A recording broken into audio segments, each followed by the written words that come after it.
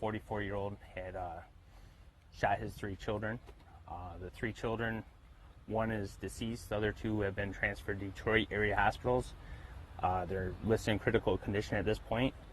We have the father in custody. He's cooperating with the investigation, has made statements assisting us with this investigation at this point. So I know you can't say too much in terms of the motive behind it, but do you have any idea what kind of happened inside the apartment? I can't really give any details on that right now. The investigators are still working the case, still talking with the father and working through that part. Can you kind of walk us through just the timeline of what happened and who was inside the home and what happened? So it's a family home. During the incident, there's a 20-year-old son and the mother were able to wrestle with the father during the shooting and prevent anything further from happening. Has there been a history of any sort of domestic incidents at this apartment? Still have to look into what our past calls. I'm not sure on that at this time. How is everybody holding up right now? Obviously, this is a case involving 3 children that were shot. One has passed away, 2 in critical condition. I know it's tough on neighbors, on family members, and on investigators who are out here trying to piece this together. Yeah, it's definitely tough on everyone. This, another senseless act of violence, just a heinous crime, just unthinkable to have this happen. But they seem to be holding up. If you work your way through it. Was the father here when you arrived, or did you have to find him? He was taken in custody here at the residence. So he was inside the apartment when your officers got here? Yes. Do we know where the other children are being taken specifically? No, I don't know the specific hospitals. But no. Detroit area hospitals. Detroit area hospitals. Yep. Okay. When investigators arrive on scene and you hear, we heard several calls of 911 saying there was a shooting, but you arrive on scene learning kids are involved, allegedly domestic violence incident. Does that change protocol for you guys? No, it doesn't really change protocol. It's harder to deal with when it's kids. Obviously, it's not the kind of scenes that you're used to dealing with, but it doesn't really change our protocol. The officers responded, they get inside, make sure it's secure, start rendering aid to the victims. We have the assistance of the state police, the county sheriff, they came and assisted with us. Tri-Hospital EMS and our fire department responded and started rendering aid and taking the victims to the hospitals and getting them treated. Hearing some rumors that this could have been the property manager of the apartment complex. Are you hearing anything like that?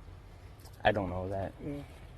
We've seen a lot of investigators spending some time outside the units and kind of the wooded area back there. Is there anything else that they're trying to piece together, or was it all inside the unit?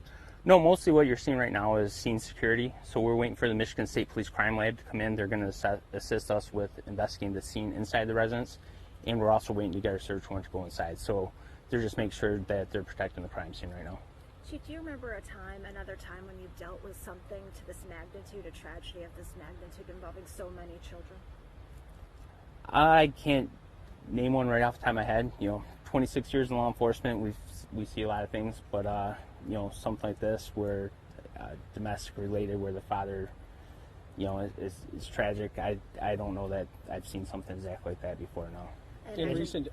Go ahead, I Robbie. imagine there'll be support services for your officers. Something like this is so traumatic on everyone. Yeah, fortunately, we partner with our community mental health. They have a liaison that works right in our police department, so she's already been working with our officers. She's working with our dispatch our call takers that took the original calls. She's out there right now debriefing with them, and she'll be working with our staff as well as the mother, the other victims of this case, and going through it.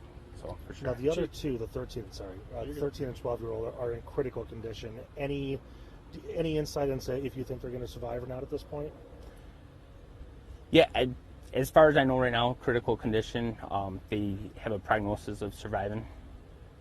Chief, just recently, shooting in Colorado, the shooting in Utah, shooting here. Any message to those gun owners here in Port Huron or in Michigan? Yeah, more. It's just, if you're having mental health issues, if you're having problems, seek the help before you let it rise to this level. It's just a tragic incident that doesn't have to happen. Again, I know it's very early, but do you have any indication of the why? Was this a mental health situation? The investigators are working through that right now and talking with everybody and kind of trying to put it together, but I don't have a exact answer to that. I don't know that we'll ever have a sensible answer to it at all anyway. And who else is assisting you in this investigation? Well, we have our St. Clair County Sheriff. We always work hand in hand with them. The Michigan State Police, Tri-Hospital EMS Fire Department is kind of our investigative team. Obviously, our prosecutor's office works very closely with us. I know you kind of alluded to it, but can you kind of walk through the next steps for you? What do you and your team have to do now?